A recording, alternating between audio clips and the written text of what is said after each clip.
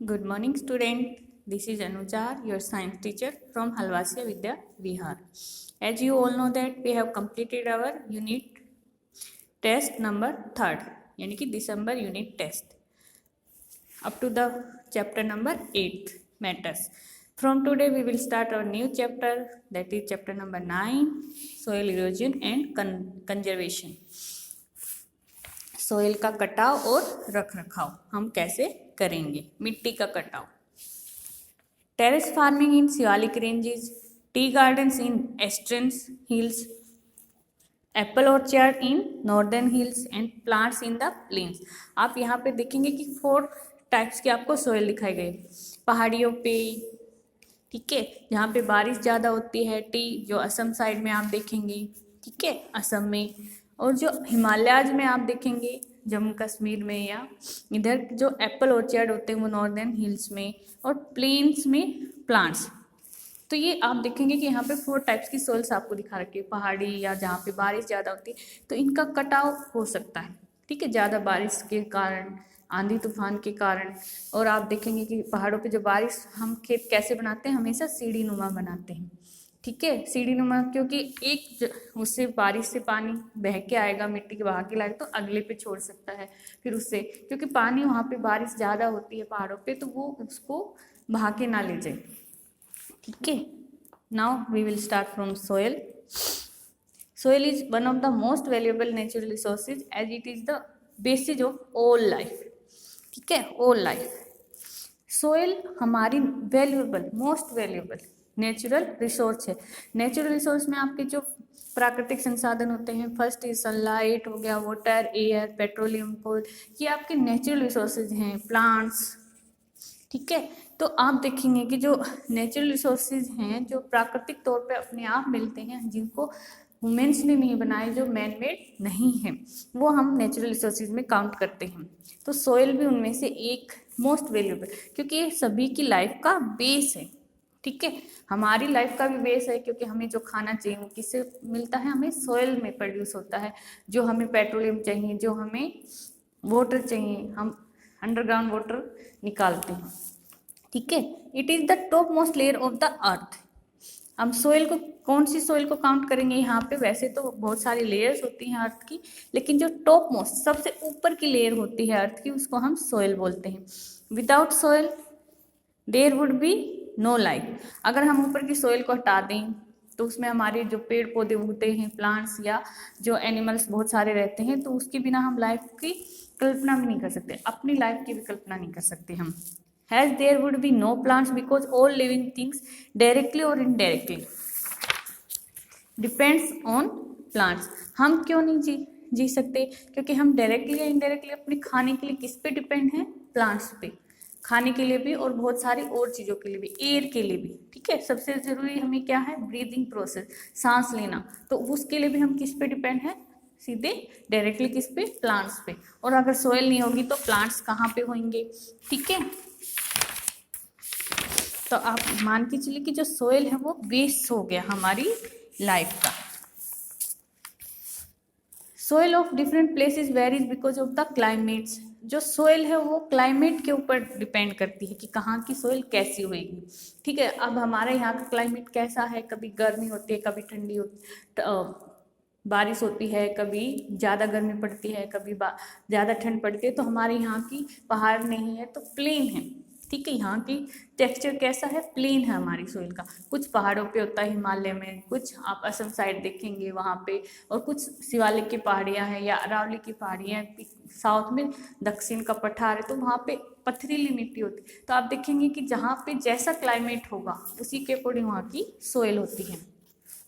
Hence plants growing in different areas are also different. अब soil अलग है different regions में, तो वहाँ पे उगने वाले प्लांट्स भी अलग ही होंगे, क्योंकि हमारे यहाँ का क्लाइमेट क्या है, गर्मी में गर्म, सर्दी में ठंडा. तो यहाँ पे ऐसे, और बारिश हमारे यहाँ ज़्यादा नहीं होती, तो यहाँ का क्लाइमेट क्या है, गर्म क्लाइमेट हो गया.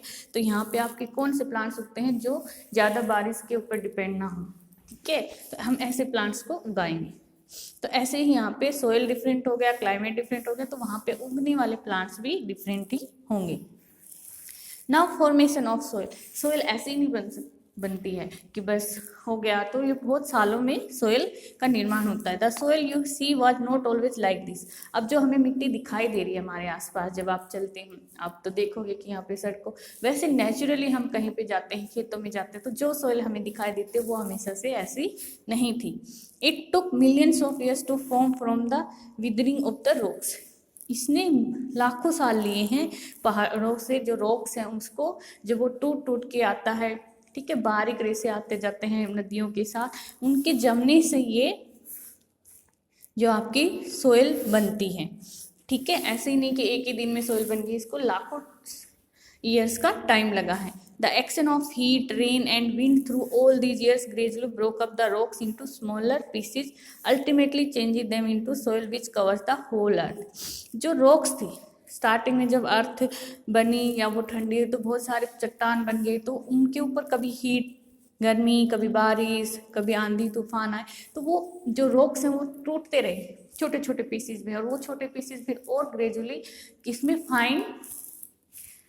फाइन पाउडर में चेंज होते रहे, तो अल्टीमेटली चेंज होगी सोयल, जिसने पूरे अर्थ को कवर कर लिया, जो उसकी ऊपरी सतह को। तो ये आप देखेंगे कि आप पहाड़ों पे जाएंगे तो वहाँ पे पथरीली मिट्टी है, आप हमारे यहाँ रेतीले जगहों पे जाएंगे तो वहाँ पे रेत मिलता है, बालू रेत मिलता है, या फिर आप ऐसी जगहों पे जाएंगे जहाँ काली मिट्टी होती है। तो अलग अलग जगह की अलग अलग सोयल होती है। लेयर्स ऑफ सोयल, अब आप देखेंगे कि ये लेयर्स है सोयल की। इसमें क्या होता है, बेड रॉक, यहाँ पे मतलब जो आप अर्थ को, मतलब हमारी जो मिट्टी को खोदते जाएंगे तो इसमें देखेंगे कि लास्ट में क्या है, बेड रॉक, फिर है पेरेंट मटेरियल। इसको हम पेरेंट मटेरियल भी बोलते हैं क्योंकि इन्हीं को तोड़ तोड़ के फिर ये मिट्टी बनती चली गई है। फिर है सब सोयल, और फिर है ऑर्गेनिक लेयर और टॉप सोयल। सबसे ऊपर की जो बहुत ऑर्गेनिक होती है क्योंकि इस पर पेड़ पौधे उगते हैं, प्लांट्स उगते हैं, और ये गल सड़ के उसमें ऑर्गेनिक मैटर को भी ऐड करते रहते हैं। तो जो टॉप मोस्ट लेयर है यही आपकी क्या है, बहुत फर्टाइल भी होती है, पेड़ पौधों के लिए मतलब उपजाऊ होती है। The trees and plants grow in the top soil, many animals live in it, vegetation and decade organism keep on making the top soil fertile. ठीक है, प्लांट्स उगते हैं, ठीक है, जो ये टॉप मोस्ट लेयर है इसी में पेड़ पौधे उगते हैं, प्लांट्स उगते हैं, और बहुत सारे एनिमल्स का ये घर भी है। ठीक है, आप देखेंगे अर्थवर्म रहते हैं, केंचुए वगैरह जो होते हैं वो इसके अंदर ही रहते हैं, कुछ इसके अंदर होल बना के रहते हैं जैसे रैबिट वगैरह। ठीक है, और जो वेजिटेशन है, डिकेइंग ऑर्गेनिज्म, जो एनिमल्स मर जाते हैं उनकी बॉडी गल सड़ के इसके अंदर ही ऐड होती रहती है, और जो पेड़ पौधे भी टूट फूट के या गिरते रहते हैं पत्ते उनके, तो वो भी इसके अंदर ही मिलते रहते हैं। तो ये ऑर्गेनिज्म इसको क्या करते हैं, टॉप सोइल को फर्टाइल बनाते हैं। ठीक है, हम किससे बने हैं, हम भी ऑर्गेनिक मैटर से बने हैं। तो हमारी बॉडी या एनिमल्स की बॉडी जब डिकम्पोज होती है तो वो अपने बेसिक यूनिट्स में आ जाती है, ठीक है, कार्बन पार्टिकल्स में, और वो इसी लेयर में मिल जाती है, और वो इस चीज़ को क्या बनाती है, फर्टाइल, उपजाऊ बनाती है। Beneath the top soil is the sub soil, minerals are found in the sub soil. जो टॉप सोइल है इसके नीचे दबी हुई क्या है, आपकी सब सोइल, और यहाँ पे मिनरल्स मिलते हैं। ठीक है, मेटल्स के पार्ट्स मिलते हैं, मिनरल्स जो आपके होते हैं जैसे नाइट्रोजन होता है, ठीक है, या आयरन का मिनरल होता है, ये ऐसी सारी चीज़ें जो मिनरल्स हैं वो इसमें आपकी सब सोइल की लेयर में मिलेंगी। थर्ड है the layer below the sub soil is the bed rock. The bed rock is old Rocky and is a store house for clean water. अब जो लास्ट में है बिलो द सब सोइल के नीचे जो लेयर है उसको बेड रॉक बोलते हैं, और बेड रॉक रॉकी है मतलब आप पथरीली मान लीजिए, और एक स्टोर हाउस है क्लीन वाटर के लिए, यानी कि अंडरग्राउंड वाटर का स्टोर हाउस क्या है हमारा, बेड रॉक। ठीक है, जो बेड रॉक लेयर है यहाँ पे आपका अंडरग्राउंड वाटर जाके स्टोर होता है, यहाँ पे क्लीन, ठीक है, साफ पानी इकट्ठा होता है जिसको हम नलकूपों या कुओं के जरिए बाहर निकालते हैं। नेक्स्ट है importance of soil. Plants grow in soil and also get their nutrition from its specially from the top layer of the soil. आप सबको पता है कि हमारे जीवन में क्या इंपॉर्टेंस है, क्या महत्व है आपकी सोयल की। तो आप देखेंगे कि जो प्लांट्स हैं वो ग्रो करते हैं सोयल में ही, और वो अपना न्यूट्रिशन जैसे नाइट्रोजन जो, या उनको जो भी किसी हमें ग्रो करने के लिए क्या चाहिए होते हैं, कार्बोहाइड्रेट्स होते हैं, प्रोटीन्स होते हैं, विटामिन्स होते हैं, या और मिनरल्स होते हैं, ठीक है, आयरन हो गया। तो ये ऐसे ही प्लांट्स को भी ग्रो करने के लिए अपने सारे मिनरल्स और सारे न्यूट्रिएंट्स चाहिए होते हैं, तो वो उनको टॉप लेयर से मिलते हैं। ठीक है, ऑर्गेनिक लेयर जो है। It is a home for many animals like earthworm, ants etcetera. ये बहुत सारे एनिमल्स का घर है, जैसे अर्थवॉर्म्स तो एंड क्या होते हैं, फार्मर्स के काफ़ी बेस्ट फ्रेंड माने जाते हैं। ठीक है, बेस्ट फ्रेंड माने जाते हैं क्योंकि ये टॉप लेयर को, जो रॉकी लेयर है, उसको तोड़ तोड़ के किस में, स्मूथ लेयर में, स्मूथ सोयल में कन्वर्ट करती रहती है। इसके अलावा आंट्स भी रहती हैं, चींटियाँ बहुत अलग अलग तरह की, और जैसे रैबिट होते हैं वो होल बना के या बर्रो बना के उसके अंदर रहते हैं। All minerals are found in the soil and are a part of it. जो मिनरल्स हैं आपके, ठीक है, जैसे भी आपके आयरन हो गया या मेटल्स के, जो मेटल्स भी हमें मिलती हैं वो किससे मिलती हैं, सोयल से मिलती हैं, और इसी का एक पार्ट होती है। जैसे आपका गोल्ड हो गया, सिल्वर हो गया, एल्यूमिनियम, जितनी भी मेटल्स हैं आपको कहाँ से मिलेंगी, सोयल के अंदर से ही मिलती हैं, हमें वो निकालनी पड़ती हैं। Soil products such as bricks, cement, sand etcetera are used in building houses.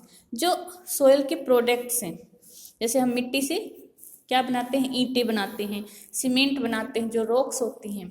ठीक है, सीमेंट किससे बनेगी, जो पहाड़ों पे रॉक्स होते हैं उसको हम कन्वर्ट करते हैं सीमेंट में, और कहीं पे रेतीली मिट्टी होती है जो रेगिस्तान वगैरह में, उसका भी हम कहाँ यूज करते हैं, बिल्डिंग में और हाउसेज, मतलब जो भी कंस्ट्रक्शन वर्क होता है, बिल्डिंग्स बनाते हैं या फैक्ट्रीज बनाते हैं या हाउस बनाते हैं, उन सब में हम इन चीज़ का यूज करते हैं।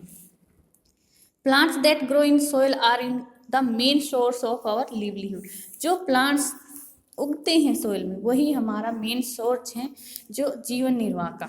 ठीक है, लिवलीहुड मीन्स जिसपे हमारा जीवन डिपेंड है। एक तो ब्रीदिंग प्रोसेस के लिए हमें प्लांट्स की आवश्यकता होती है, फिर खाने के लिए हमें प्लांट्स की आवश्यकता होती है। इसके अलावा भी हम देखते हैं कि फसलें उगाते हैं, फार्मर्स जो खेती करते हैं, उनका जीवन निर्वाह मोस्टली प्लांट्स पे होता है। प्लांट्स कैसे होंगे, जब आपकी टॉप लेयर में ऑर्गेनिक मैटर्स ज़्यादा होंगे या आपकी टॉप लेयर फर्टाइल होगी। ठीक है, तो यहाँ पे सोयल की इम्पोर्टेंस होती है। Soil erosion. On earth, the soil does not remain where it is formed. It is continuously carried from one place to another by different agents. The carrying away of the top layer of soil is called soil erosion. Soil erosion. आप देखेंगे कि जो अर्थ है उस पर soil does not remain where it is formed. कभी भी soil वहाँ पे नहीं रहते जहाँ पे वो बनती। जैसे पहाड़ों पे बहुत सारी चट्टान है, तो नदियों के साथ वो पानी के साथ बहती चली जाती है, उसको स्मॉलर पार्ट्स में तोड़ते हुए, पीसेज में तोड़ते हुए, और वो कंटिन्यूसली कैरी करती है एक जगह से दूसरी जगह पे। उसके एजेंट होते हैं, जैसे वाटर, रिवर या एयर या थंडर स्टॉर्म, जो भी होते हैं वो उसको बहा ले जाते हैं। तो जो सोयल इरोजन क्या होता है, the carrying away of the top layer of soil is called soil erosion. कि जो टॉप लेयर होती है सोयल की, उसका बह जाना एक जगह से दूसरी जगह पे, उसको हम क्या कहते हैं, सोयल इरोजन। तो ऐसे होता है सोयल इरोजन। आप देखेंगे कि जैसे इसकी जड़ों ने इसको बाइंड कर रखा था, लेकिन जैसे जैसे पानी, बाढ़ आए तो ये मिट्टी को काटते चले गए, तो यहाँ की ये मिट्टी कट कट के कहीं और चली गई, तो यहाँ पे क्या हुआ, इस सोयल का इरोजन हो गया। The top soil is the most fertile layer of the soil as it is a rich source of humus.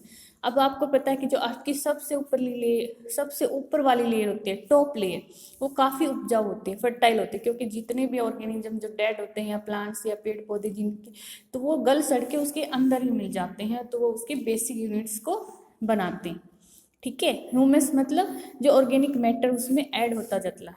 Humus comprises of the remains of dead plants and animals mixed with the soil. Humus का मतलब ही है कि ये dead plants और animals को अपने अंदर रखता है, सोइल के अंदर मिक्स कर देता है, गल सड़ के उसके अंदर ही मिक्स हो जाते हैं, और वो उसका ही एक पार्ट बना लेते हैं, जो कि ऑर्गेनिक मैटर का एक गुड सोर्स होते हैं। Due to this it becomes spongy to hold water. और जैसे आप देखते हो कि बहुत खेत की जब हम तैयारी करते हैं तो वो मिट्टी हमें ऐसी लगती है स्पंजी, उसके ऊपर हम पैर रखते हैं तो नीचे की तरफ चला जाता है, तो ऐसे ही वो स्पंजी बन जाती है और वो पानी को होल्ड कर लेती है। इसीलिए हम किसी भी फसल को उगाने से पहले खेत की तैयारी करते हैं। Therefore, soil erosion results in the loss of top soil with humus in it. अब यहाँ पे क्या भूमि के कटाव का क्या नुकसान है कि यहाँ पे जो सोयल इरोजन क्या होता है, वो ऊपर की लेयर को बहा ले जाती है। ठीक है, ह्यूमस को बहा ले जाती है। तो जहाँ से बह के गया वो ह्यूमस वहाँ पे उसकी कमी हो गई, और इस प्रकार क्या होगा, this is in turn reduce the fertility of the soil, और ये उसकी उपजाऊ शक्ति को कम कर देगा। ठीक है, क्योंकि जो ऊपरी लेयर को तो बहा ले गई, कभी हवा के साथ कभी पानी के साथ। ठीक है, तो ये ऊपर वाली लेयर जो बह गई है वो अपने साथ ह्यूमस को भी बहा लेगी, जो ऑर्गेनिक मैटर्स होते हैं, और इस चक्कर में जो उसका फर्टिलिटी लेयर है वो भी चली जाती है। तो ये इनफर्टाइल बन जाती है वहाँ की मिट्टी जहाँ पे सोइल इरोजन होता है। अब एजेंट्स ऑफ सोइल इरोजन हम ये पढ़ेंगे in the next video. We will discuss the agent of the soil erosion. Till then, bye bye children and take care.